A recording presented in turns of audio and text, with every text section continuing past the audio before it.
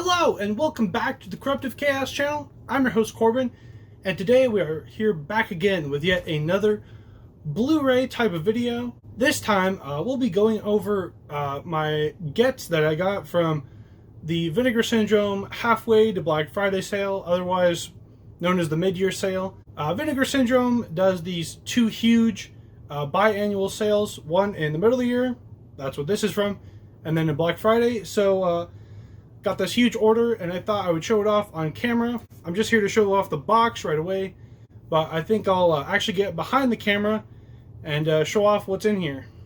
Alright, here we go everyone. I'm now behind the camera. We've got some trusty scissors here, and we'll be unboxing this Vinegar Syndrome box.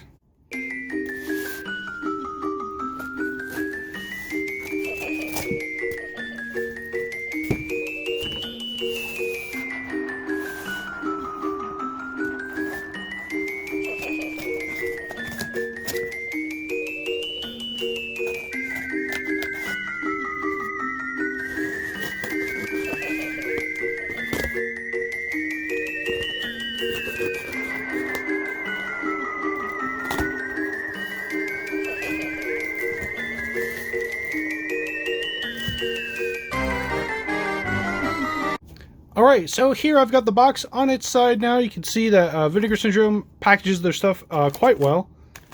But here, I think I'll just pull out these bubble wrapped packages of the films and set them off to the side, and then we'll go over them when I am in front of the camera.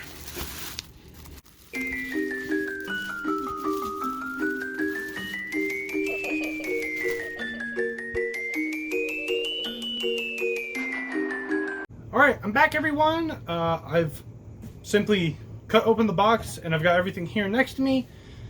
Thanks once again for Vinegar Syndrome on the great packaging on their stuff. I can only assume before grabbing any of the Blu-ray cases that everything is probably undamaged. So now on to the, I guess, unwrapping part of this unboxing. So I guess we'll grab this first plastic bubble wrapped collection here. So the first item I'll show off is this awesome Hobgoblins slipcover. Originally, when Hobgoblins was released by Vinegar Syndrome, it did not have a slipcover, but when I saw this on their site, they do these legacy slipcovers from time to time. I think every sale they do a couple at least. And this time around they did Hobgoblins, and the Bees was the other one. They were both done by the same artist, and I gotta say, I really love the artwork. There's the backside. This kind of came as no surprise because in Vinegar Syndrome's promotional stuff, they did have the golf cart from Hobgoblins that people spotted in a lot of their artwork that they showed off before the sale began. But anyways, really awesome artwork. I do have the Blu-ray lying around. And in fact, Hobgoblins was a part of my very first order from Vinegar Syndrome, so I thought it'd be cool to show this off right away. The first three Blu-ray titles I actually got were Hobgoblins, Jack Frost, and Mausoleum, which are some of my favorite releases from them. So that's about it for Hobgoblins. Just wanted to showcase this really awesome artwork that they got commissioned. And onto the actual Blu-rays. No one is safe from these cagey critters. These creatures have a power. They can tap into your brain. So I'm just kind of going order in what is in this this particular collection right here. Next we have Night Beast. I also haven't taken off even the plastic wrapping off of any of these yet, so they are brand new and fresh. But Night Beast, I think, is an older release from Vinegar Syndrome. I will go over which films I have and haven't seen. So I had seen Hobgoblins, and I have seen Night Beast. This one is a lot of cheesy fun. For any of you out there familiar with regional horror is just, you know, a particular film that has a very regional sort of taste or flair to it, whatever you want to call it. And Night Beast was made by a filmmaker named Don Dohler.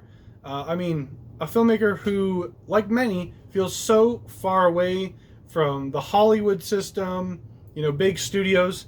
This feels like it was made in the woods, in a small town, and it was. This is a sci-fi creature feature. So anyways, fun creature. This is arguably Don Dohler's best film.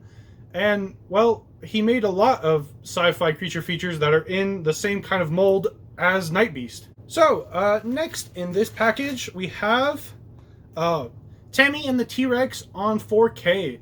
I have not seen this film, I'll say that up front. I just thought it looked absolutely insane and goofy from, you know, any sort of videos or stills that I've seen. I love puppeteering. I don't know too much about the story. I know that the dinosaur effects, from what I've seen anyway, look like something I would totally enjoy.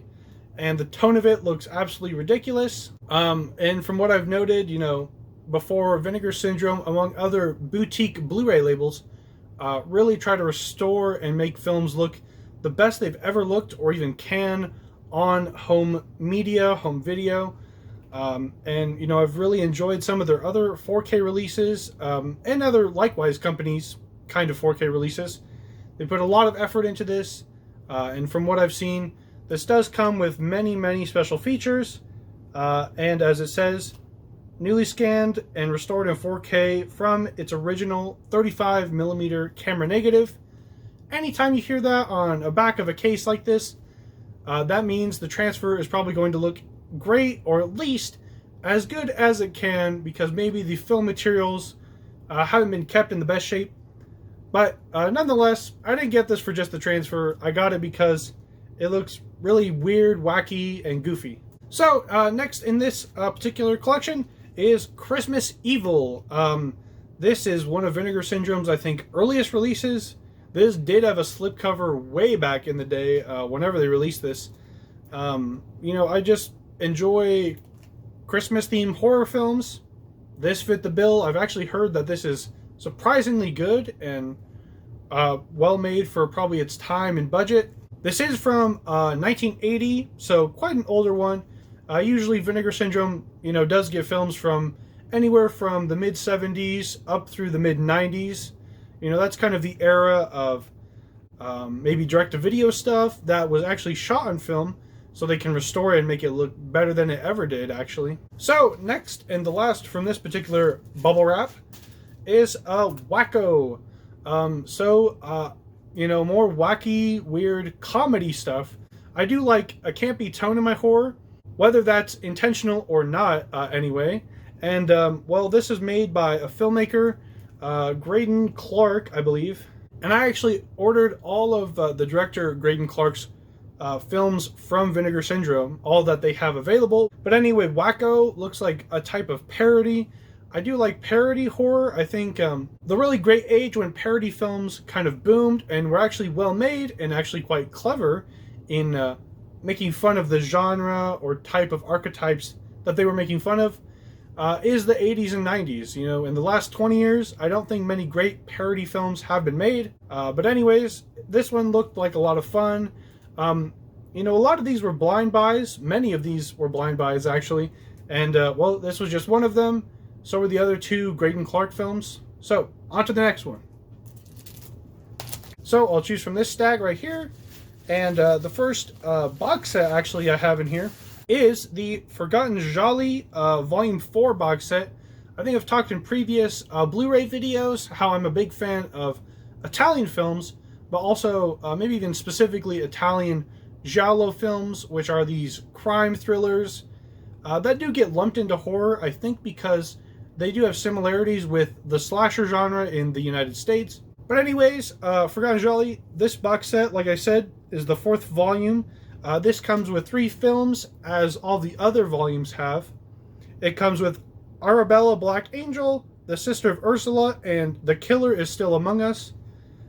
This one, in particular, this volume, I think contains more latter gialli.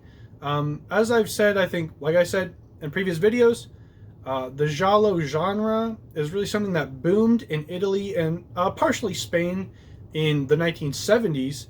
And once you get to the mid to late 80s, that's really when the genre became, you know, far less known or less made in films anyway. But I think the films contained are from that latter, maybe later 80s period, where the genre maybe had to still stay fresh. I don't know. I just got this because I like giallo, and I did want to get this because Vinegar Syndrome's boxes, like box sets, are limited, even though a lot of times the films will still be available. For instance, you know, I missed out on Volume 1 and Volume 2 of the Forgotten Jolly box sets, so you can still buy them in the smaller cases, but I think the packaging on these box sets is far more worth what is contained inside of them. So can't wait to check these out. I did really enjoy all of the films in Volume 3. I still haven't gotten around to checking out all of the ones in the 2 previous volumes, but I hope these films kind of surprised me how much I liked them that Volume 3 did. So next up from this collection is Don't Go in the Woods, sometimes said as Don't Go in the Woods Alone, but from what I understand, this is sort of just a standard woods camping type of slasher. You know, sometimes that can be pulled off really well. I am a sucker for slashers. I think they are so formulaic and so by the numbers a lot of times, but they can still be really fun and campy and entertaining.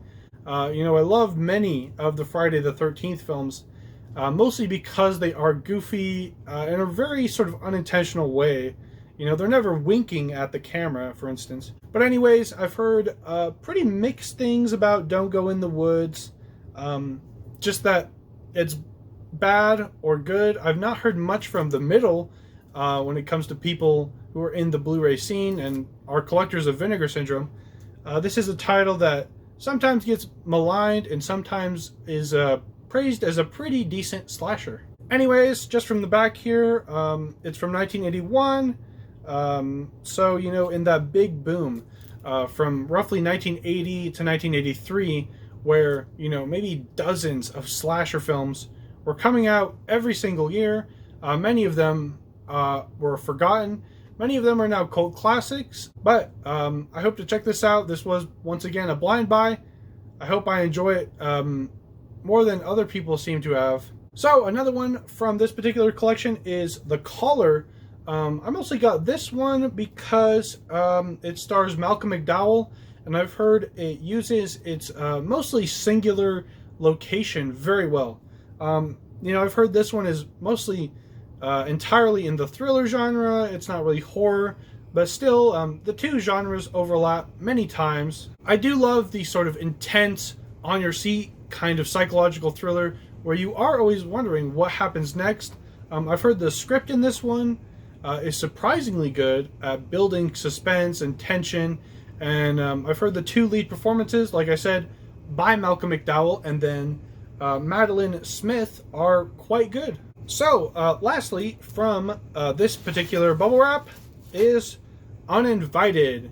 Now, this is another film by Graydon Clark. This is probably his most well-known film, and, you know, I have seen probably the most footage of any of his films when it comes to this one. I do know that it's sort of a film about a killer cat. I've heard that most of his films don't really make much logical sense and become absolutely bonkers and mind-boggling the farther they go along. You know, I think just from looking at the cover art, you have a cat here and you have a boat down there. I don't know how well these show up on camera once again, but yeah, I've heard this is crazy, and I can't wait to have a bunch of laughs watching Uninvited. I think this definitely looks right up my personal alley, my kind of taste I'm looking for in campy 80s or 90s horror films. Alright, moving on to the next bubble wrap. I have a very cool release here. This is Flesh for Frankenstein. This is sort of their deluxe box set. I think they will be having a standard edition come out eventually. This one is also in 4K. I think besides Tammy and the T-Rex, this is the second 4K disc edition that I've talked about thus far. And it comes in this really sturdy, great-looking box here. I've heard a lot of people complain the title isn't on the spine, but I do like the stitching that it shows off on this flesh-colored box set. And so here are the contents. You get the box, like I've already mentioned, and then you get two Blu-ray cases that both of them actually have slipcovers and then their own personal cases. The artwork on these, I was holding it backwards, but I wanted to show off both sides. The artwork on these is really awesome. This is the 4K edition anyway, but then I can switch over and show off this case here. Once again, this also has its own slipcover, but this is Flesh for Frankenstein in 3D. I have actually already seen Flesh for Frankenstein. It was streaming on the Shudder app, which I love, and I actually watched it in 3D, anaglyph style, with the old school red and blue glasses, which is not at all how modern day 3D works. But yeah, cool artwork on this. I love the black and white here with the sort of embossed Frankenstein 3D there that it says. And the way I was actually able to watch Flesh for Frankenstein in 3D is because I already had 3D glasses at home from a different Vinegar Syndrome release, which was Silent Madness, which is a actually surprisingly great slasher that they previously released on Blu-ray, and it came with 2 anaglyph glasses. It was so fun to watch that, even on streaming, but now I'll be able to watch it at home on a Blu-ray player. But then lastly, when talking about the Flesh for Frankenstein 4K, this came out, I believe, at their Black Friday sale. This was their big release for their Black Friday sale 2021. And they did actually have to replace, I believe, the 4K disc here. It just came in this little packaging here, so it should be pretty easy and nice to replace the disc that's already in there. I might have to look at which particular one needs replacing, but shouldn't be too hard. So that is it for Flesh for Frankenstein. We'll move on to another one. Has to be of a man who strongly craves women, whose overriding urges are sensual. They will mate, and she will bear me the children I want. Alright, next up in this package here, we have Madman on 4K. This was previously released by Vinegar Syndrome on Blu-ray, I believe some years ago. I should note right here that I've only really been familiar with Vinegar Syndrome since about a year ago in their 2021 halfway to Black Friday sale. That's also when I discovered Severin Films. But I have actually seen Madman, and I have not seen the 4K transfer though. And I can only assume that, as per usual, it looks great thanks to the people restoring films, transferring them at Vinegar Syndrome. This is a fun slasher. The artwork here isn't all that too elaborate. The back is just a bloody axe on a piece of wood. And then you've got the slasher villain himself there, Madman Mars. I surprisingly enjoyed this one once again. I mean, there are so many slashers that have been made, especially from that boom I was talking about from the early 80s. And so many of them rightfully fell to the wayside. But then I think others like Madman really haven't gotten the proper attention that it deserves by fans of slashers. So I believe all of the special features were the same as the previous Blu-ray release of Madman. The only difference, I think, is the fact that it's a 4K transfer. And I believe even the audio track could be the same. Regardless, though, these companies usually focus, if they want to, on the video quality, the filmic transfer, than maybe the audio quality.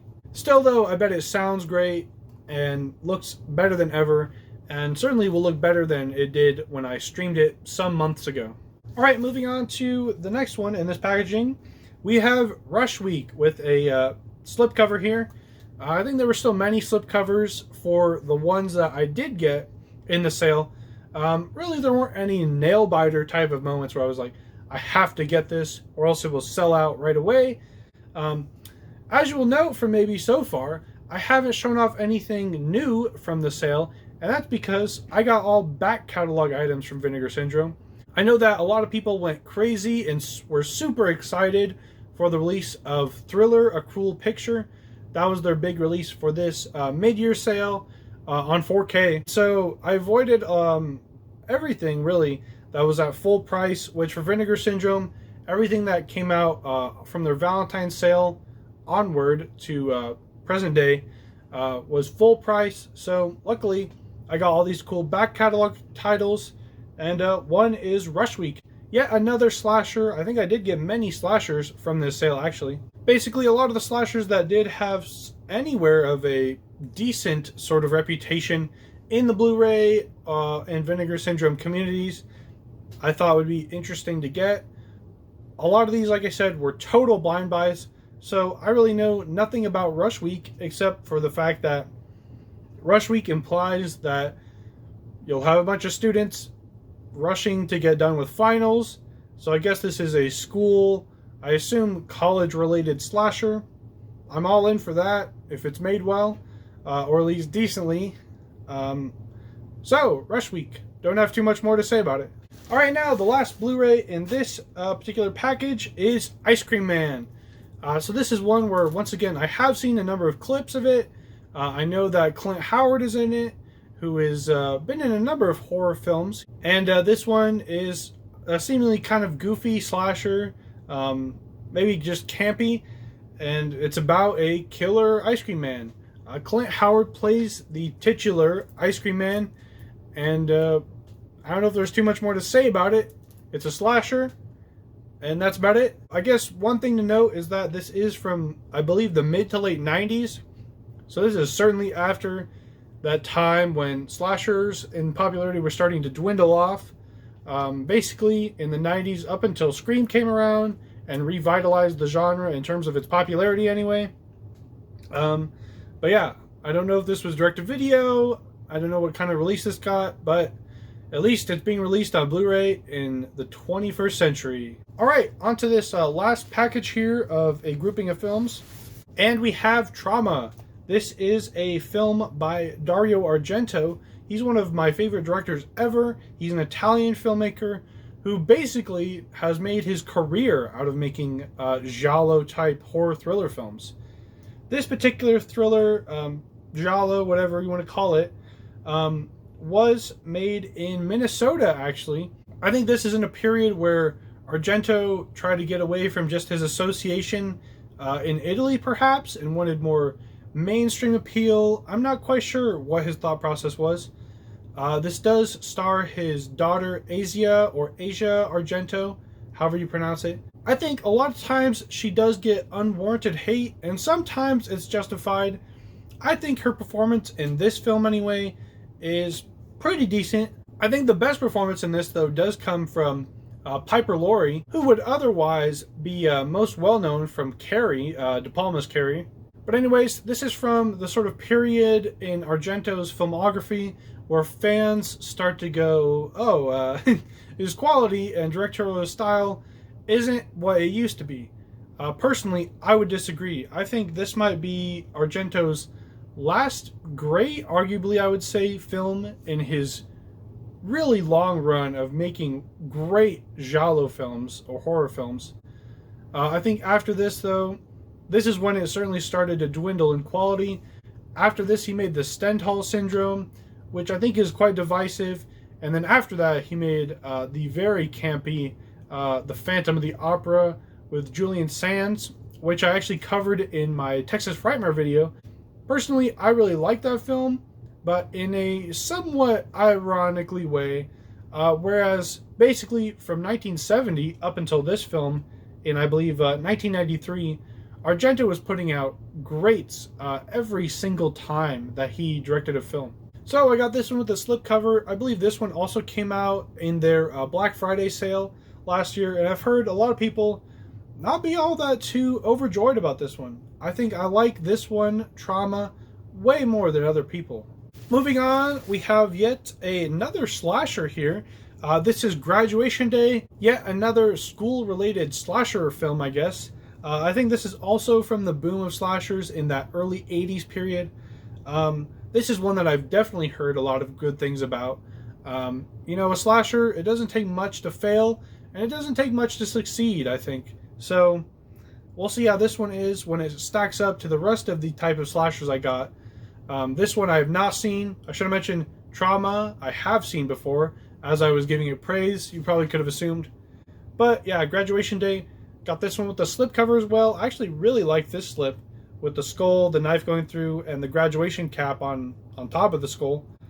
But then the back of the slipcover is sort of this shattered glass looking black and white image with red going through the cracks.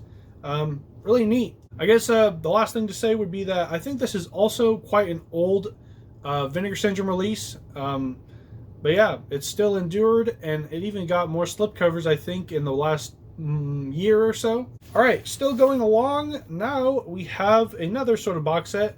We have Ticks here on 4K. I have a huge soft spot for Ticks. I think this is a really, really well-made creature feature about, obviously, ticks. They are large ticks, and this release is actually on 4K. Oddly enough, this one also has Clint Howard. As you can see, really cool cover art on this very sturdy box once again. And then on the back here, you actually have a gross looking Clint Howard, and it says, "I'm infested" on the back. But anyways, here's the actual slipcover for the Blu-ray case. I like how Vinegar Syndrome, even when they do these boxes, they still put slipcovers on the Blu-ray cases, which is very cool.